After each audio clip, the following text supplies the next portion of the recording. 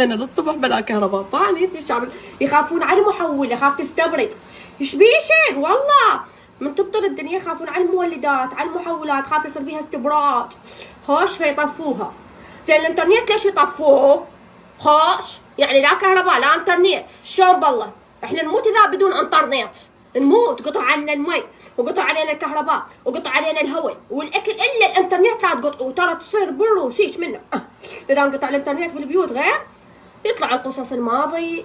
المرأة تقعد تحاسب رجلها قبل ما يتزوجها ب10 سنين، هو ليش متعرف على وحده وصادقها. هو يجي يسألها ليش امك اول دخله انه هيك تباوع علي. بس ينقطع الانترنت عندنا تكب القصص الحزينه، قصص قبل 15 سنه، العتاب، امك وامك وهي من تمطر الدنيا شيلها. بنفس الوقت احنا نقول خلي تعيش الاشجار، هذا تعيش الاشجار واحنا نموت، يعيش الزرع واحنا نموت، شنو ذنبنا؟ لا كهرباء لا انترنت، الشوارع فايضه، البيوت فايضه، حوادث السيارات، الشجر ايش بيعاون؟ ايش بيعاون؟ اخذها وقع على السيارات وحطمها، التيوله